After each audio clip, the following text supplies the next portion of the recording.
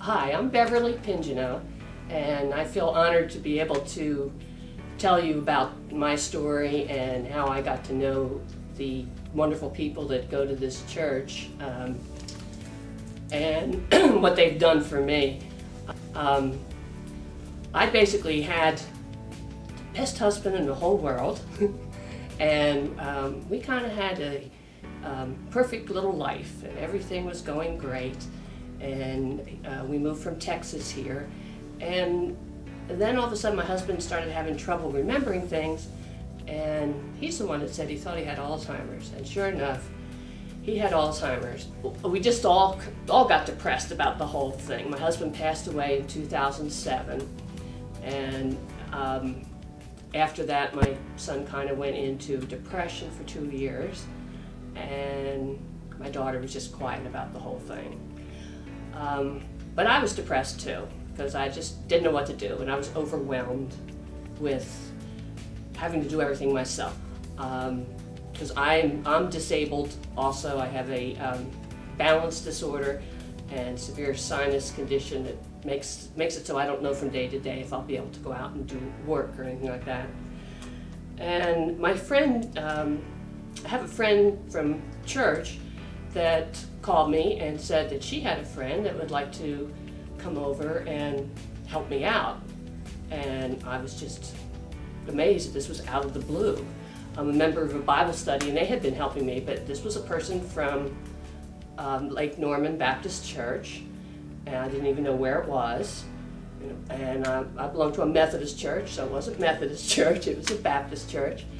And it turned out that Greg actually had come over and prayed with my family previously.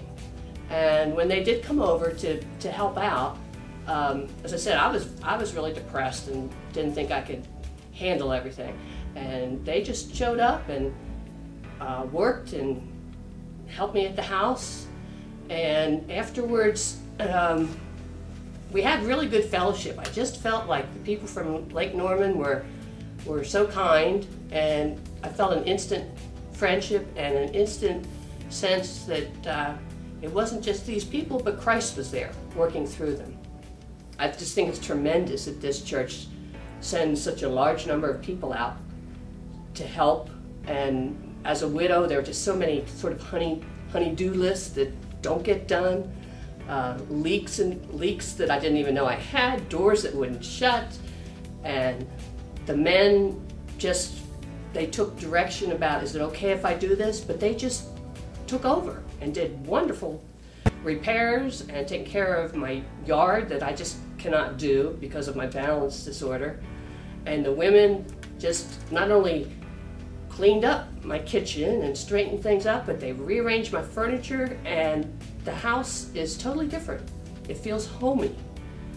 And it made me feel calmer.